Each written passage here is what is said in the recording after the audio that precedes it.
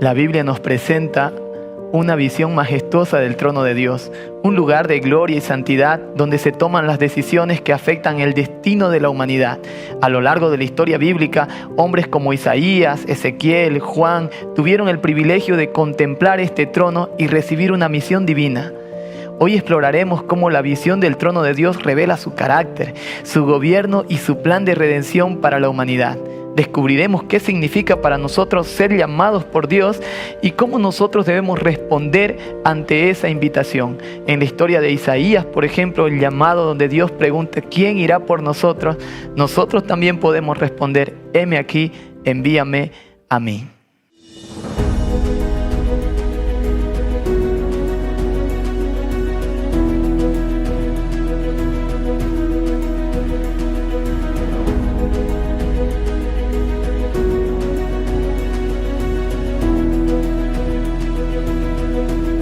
Bienvenidos a Axiomas, el programa donde exploramos las verdades eternas que sustentan nuestra fe. La lección de esta semana titula Los fundamentos de la profecía. Antes de ir a desarrollar este lindo tema, vamos a leer el versículo central de la semana y voy a pedir que me acompañen a leer el libro de Isaías, capítulo 6, versículo 8. Y dice así: Después oí la voz del Señor que dijo, ¿a quién enviaré? ¿Quién irá de nuestra parte? Entonces respondí, aquí estoy, envíame a mí. Para estudiar este maravilloso tema de esta semana, nosotros tenemos dos invitados muy especiales, nuestro querido amigo el pastor Freddy Almendras y el pastor Iván Mamani, quienes nos ayudarán a profundizar en esta temática y a poder nosotros descubrir el plan de Dios para nosotros en este tiempo también. Querido Freddy, bienvenido. Por favor, un saludo para nuestra audiencia y también coméntenos qué es lo que vamos a estudiar en este programa. Un gusto poder estar en este programa, Samuel, y es un gusto poder estar con cada uno de los que ven este programa para poder estudiar con la palabra de Dios los fundamentos de la profecía que veremos hoy. Gracias, querido Freddy. Querido Iván, por favor, saluda a nuestra audiencia y después también haz la oración para iniciar de una vez con el estudio de esta semana, un tema muy interesante que esperamos pueda ser de bendición para todos nosotros. Muchas gracias, pastor. Vamos a saludar a cada uno de los que están participando de este estudio y para que podamos hacerlo con la dirección del Espíritu Santo, vamos a hacer una oración. Oremos. Querido Padre, te damos gracias porque nos das el privilegio de abrir tu palabra. Y, Señor, en este momento rogamos que tu Santo Espíritu se manifieste, Señor, aquí en medio nuestro y en cada lugar donde se está estudiando este tema tan importante. Que tu presencia, Señor, nos acompañe, ilumínanos con tu Santo Espíritu. Te lo rogamos en el nombre de Jesús. Amén. Amén. Muchas gracias. Vamos entonces a iniciar con este programa. Nosotros sabemos que Dios ha llamado a diferentes profetas, a diferentes hombres santos de Dios que han tenido una revelación. En este caso vamos a hablar acerca de Isaías.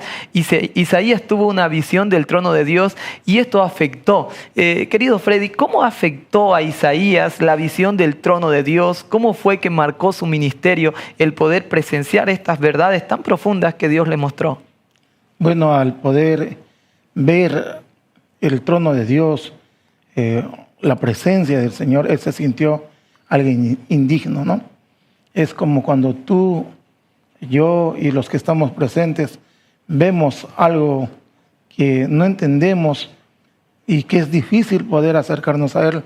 Entonces Él dijo realmente, como dice el libro de Isaías 6:5, ay de mí que soy muerto, porque soy hombre de labios impuros.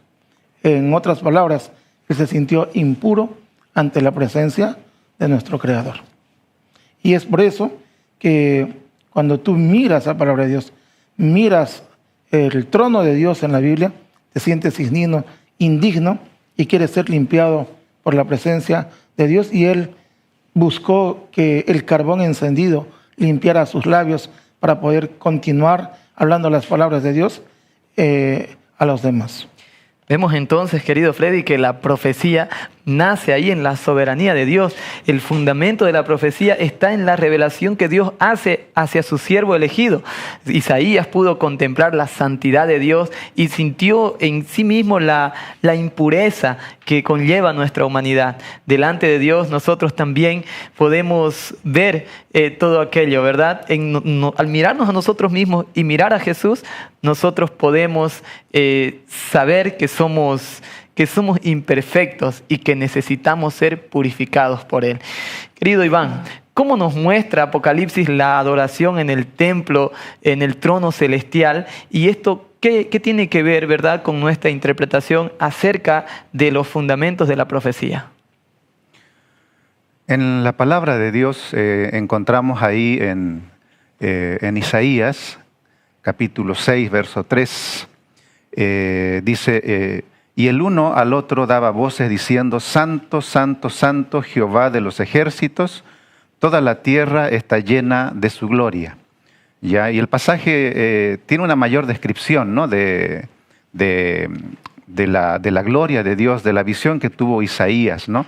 Pero aquí se destaca, ¿no? Se destaca aquí la mención que se hace, ¿no? En esa adoración a Dios, ya mencionándolo como Santo, Santo, Santo, ya Jehová de los ejércitos, y que toda la tierra está llena de su gloria, ¿no? Esa palabra importante, ¿no es cierto?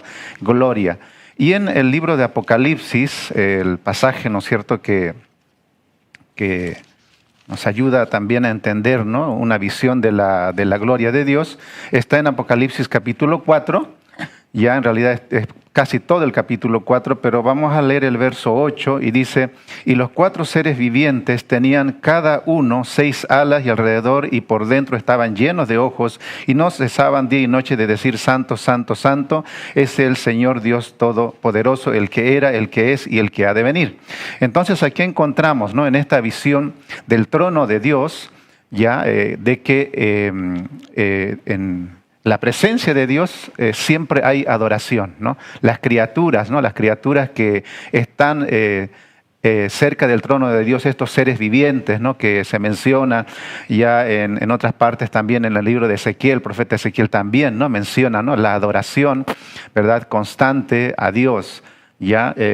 Por otro lado, el versículo 11 aquí en Apocalipsis 4 dice, Señor, digno eres de recibir la gloria y la honra y el poder, porque tú creaste todas las cosas y por tu voluntad existen y fueron creadas, ¿no?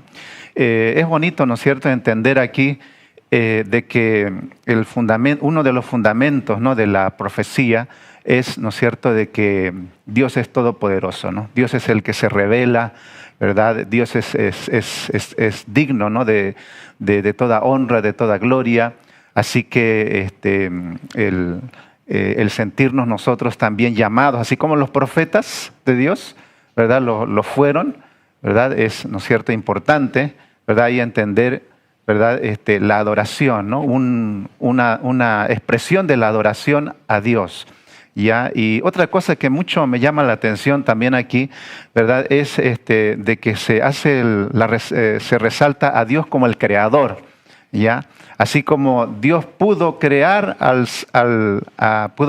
¿no?, desde el principio, así también el Señor puede recrearnos a nosotros y, ¿no es cierto?, de esa manera nosotros podamos reflejar también la gloria de Dios. Gracias, querido Iván.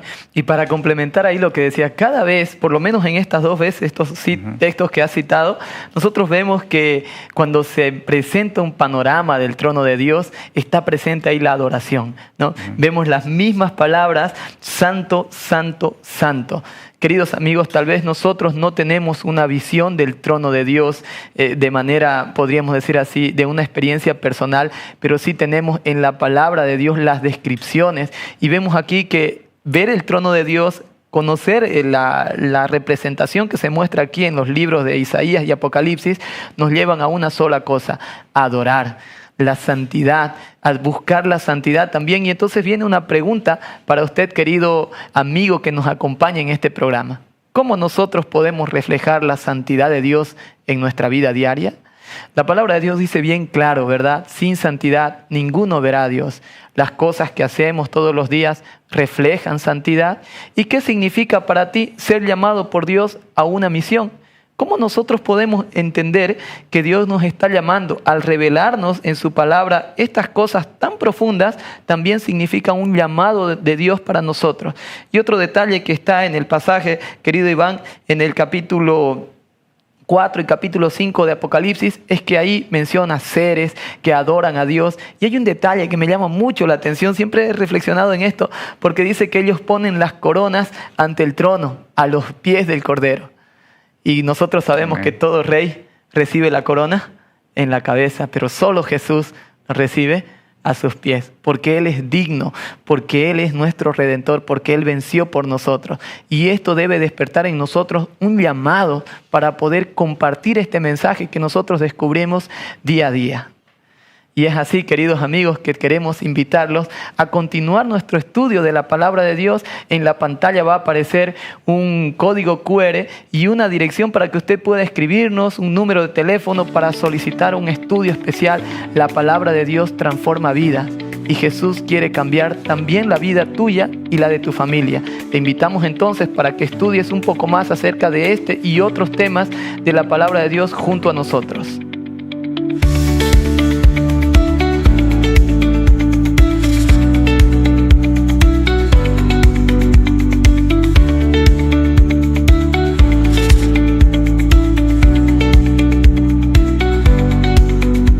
Queridos amigos, hemos visto ya la muestra, el inicio en Isaías y en Apocalipsis de cómo Dios muestra su trono y cómo despierta esto en nosotros un sentido de santidad y de adoración. Y en este bloque vamos a analizar la conexión entre la visión del trono de Dios y el conflicto entre el bien y el mal. Para esta interesante parte, nosotros vamos a navegar por las temáticas de la rebelión de Lucifer y su deseo de usurpar el trono de Dios. También vamos a ver un poco acerca de la promesa de restauración y el papel de los redimidos en el gobierno divino. Bueno, querido Freddy, ¿no? Sobre la caída de Lucifer y su intento de tomar ahí el trono de Dios, ¿cuál fue el verdadero problema de Lucifer? ¿Qué es lo que realmente lo llevó a la rebelión y eso cómo ha traído tantas consecuencias para nosotros hasta hoy?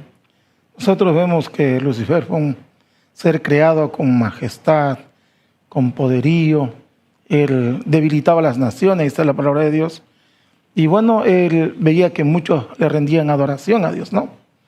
Pero su pensamiento fue lo que dice Isaías. Dice, justamente en el 13, subirá al cielo, en lo alto de las estrellas de Dios, levantaré mi trono, en el monte de testimonio me sentaré. Él quería levantar su trono, y levantar su trono para que él pueda dominar, gobernar, ser adorado por otros, sin la supervisión de Dios, sin poder ser guiado. El orgullo, que fue el primer pecado que hasta hoy viene, fue el que nació en este lugar. Por el deseo del corazón, es el misterio de la iniquidad, que nació este sentimiento de poder tomar la adoración de Dios, ¿no? Y él trató de hacerlo con mentiras y con muchas otras influencias negativas a los ángeles. Además, aquí Iván nos hablaba hace rato justamente de la adoración. Y la adoración es algo que realmente él quiso para él, no quiso adorar a su creador. Y anteriormente yo leí un texto que hablaba de que cuando Isaías vio el trono de Dios, vio inclusive que él era muerto delante del trono de Dios. Capaz eso faltó, la humildad, lo contrario del orgullo, ¿no?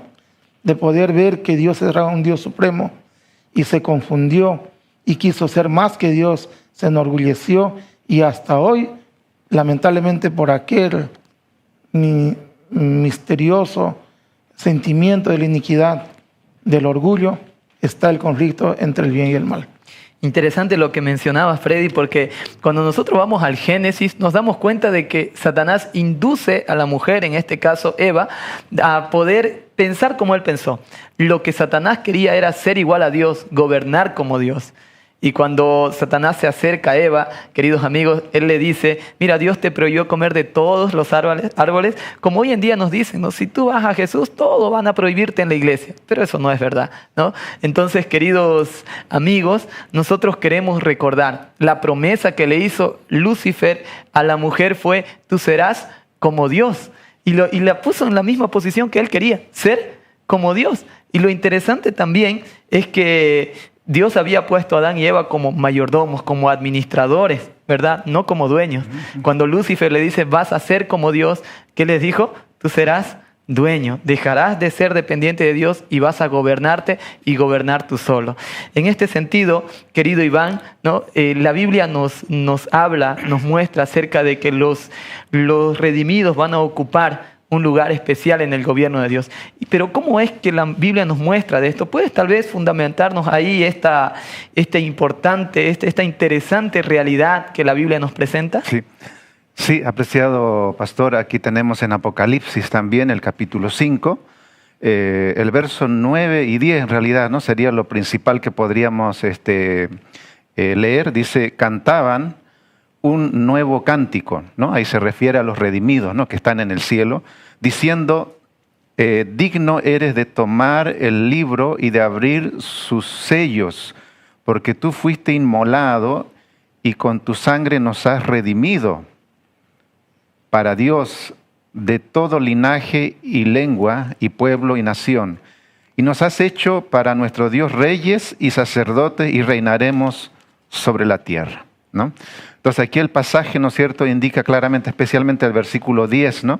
Ahí indica, ¿verdad?, que los redimidos, ¿no?, nosotros podemos incluirnos ya por fe, ¿no?, ya por gracia en Cristo Jesús, vamos a reinar, ¿no?, por la eternidad con el Señor. Otra cosa interesante también aquí, que esto no es mérito humano, no es mérito de nosotros, de que hayamos alcanzado una perfección, sino aquí el texto dice, ¿verdad? Porque tú fuiste inmolado y con tu sangre nos has redimido, dice el pasaje. Entonces todo el mérito de nuestra salvación, ¿verdad?, está en nuestro Señor Jesús, el Cordero de Dios que fue inmolado, ¿no? Para que nosotros podamos ser salvos ahora y que también un día podamos estar allá en el cielo, ¿no?, reinando con el Señor. Lo que el enemigo, lo que Lucifer quiso lograr, ¿no es cierto?, por la fuerza, difamando a Dios, ¿verdad? Los redimidos que con humildad aceptaremos la gracia de Cristo, podremos alcanzar. Y otro aspecto importante también que me llamó la atención ahí en el estudio es que en el libro de la hermana White, La verdad sobre los ángeles, la página 53, dice, ¿no es cierto?, que las vacantes que dejaron los Satanás, ¿no es cierto?, Lucifer y los ángeles caídos, ¿no?, los que le siguieron a Lucifer, dice, las vacantes que dejaron ellos, dice, será cubierta toda esa vacante por todos los salvados, ¿no?, los redimidos. Entonces, apreciado pastor y también todos los que escuchan, pues que nosotros pueda haber esa esperanza, ¿no?, de estar ahí, ¿no?, en el cielo por los méritos de nuestro Señor Jesús, y que así como vimos hace rato, también nosotros podamos poner nuestras coronas a los pies de nuestro Salvador. Muchas gracias, qué linda reflexión. Realmente emociona saber que aquello que Lucifer perdió por orgullo, Dios tiene para los redimidos por medio del sacrificio de Cristo. Lo único que nosotros tenemos que hacer, queridos amigos, es aferrarnos al sacrificio de Cristo. Por su misericordia, Dios tiene grandes cosas preparadas para aquellos que perseveran en Él. Hacemos una breve pausa y volvemos con las conclusiones y aplicaciones para nuestra vida diaria.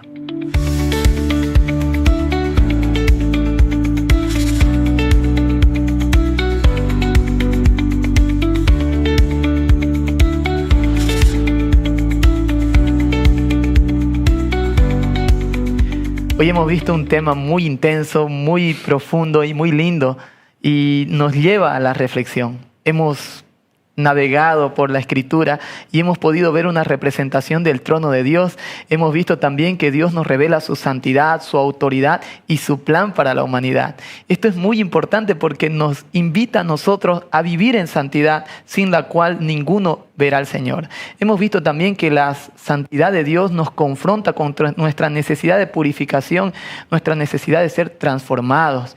Lucifer quiso ocupar el trono de Dios, pero su rebelión un día será totalmente derrotada. Ya sabemos que Jesús pisó su cabeza, proféticamente hablando, ¿verdad?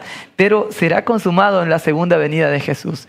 Dios nos prometió restaurar a los redimidos y darles un lugar en el gobierno de Dios. Querido Freddy, palabras finales, consideraciones y cómo podemos nosotros vivir ahora conscientes de la necesidad de santidad que Dios tiene para cada uno de nosotros. Samuel, queridos amigos, realmente este tema nos lleva a reflexionar. ¿Cómo puedo yo dejar el orgullo, dejar de ser muerto al pecado? ¿Cómo poder salir de ese lugar? La Biblia presenta lo siguiente. Podemos decir yo leo la Biblia, podemos decir yo no hago mal a nadie, podemos dar muchas excusas, pero Dios pregunta, ¿no? Aquí justamente en Isaías capítulo 6, versículo 8, dice, ¿a quién enviaré y quién irá por ellos? Y la respuesta de Isaías fue, heme aquí, envíame a mí, justo en el versículo 8, ¿no? ¿Y qué significa esto? No es un accionar emotivo, es un accionar pasivo, es un accionar de trabajo, de enfoque hacia hacer el trabajo de Dios. Tú adoras a Dios, la respuesta de Dios es, ve, busca y salva a los que se han perdido. Hace un momento nuestro amigo Iván decía algo corto, ¿no? El trabajo es rellenar el cielo de esos que fueron eliminados del mismo por el pecado. ¿Con quién? Con los nuevos redimidos, los seres humanos que ocuparán el lugar. Entonces, ¿estás dispuesto a buscar a esas personas? Si tú eres un redimido, necesitas hacer el trabajo de decir, heme aquí, envíame a mí, que yo también quiero rescatar a otro para ese momento. Amén. Muchas gracias, Freddy. Realmente es muy lindo. Y Iván, también algunas conclusiones. ¿Qué esperanza nos da la promesa de que un día podremos reinar con Cristo en su reino? ¿Cómo nosotros podemos llenarnos de esperanza? ¿Y qué puede despertar en nosotros esta esperanza? Muy bien, sí, pastor. La Biblia en Apocalipsis 22, versículos 3 hasta el 5, dice así, y no habrá más maldición, y el trono de Dios y del Cordero estará en ella, y sus siervos le servirán, y verán su rostro, y su nombre estará en sus frentes. Y no habrá allí más noche, y no tiene necesidad de luz de lámpara ni de luz de sol, porque Dios el Señor los iluminará y reinarán por los siglos de los siglos, ¿no? Entonces este pasaje, el último capítulo, ¿no?, de la Biblia, ¿no?, de Apocalipsis también nos indica, ¿no?, claramente, hay una descripción de que reinaremos con el Señor por la eternidad, ¿ya? Y además otro aspecto importante, ¿no?, que vemos en este pasaje, dice, verán su rostro, ¿no? Y aquí quizás podemos reflexionar también en el tema de los fundamentos de la profecía, ¿no? ¿Por qué hay profecía hoy en día? ¿Por qué tenemos la Biblia? ¿Por qué, no es cierto, surgieron los profetas? Porque hubo un origen, ¿no?, del pecado, ¿no?, origen del mal. Lamentablemente pasó aquí a la tierra, ¿no? ¿Ya? Y el ser humano, porque tenemos pecado, ¿no?, el ser humano no podíamos ver cara a cara a Dios, ¿no? Entonces, por eso Dios eligió profetas, ¿no?, para llevar su mensaje, ¿no?, a su pueblo y a la humanidad. Entonces, esto nos anima a nosotros a perseverar, ¿no?, a perseverar y a ser obedientes a Dios, de tal manera que un día podamos reinar allí con el Señor. Amén. Así que ya sabemos, queridos amigos, y complementando Apocalipsis 3:21, al que venciere, yo le daré que se siente conmigo en mi trono. Qué linda esa profecía también. Un día usted y yo podremos compartir el trono con Cristo, podremos estar sentados junto a Él y podemos vivir eternamente a su lado. Que el Señor nos bendiga. Hasta la próxima.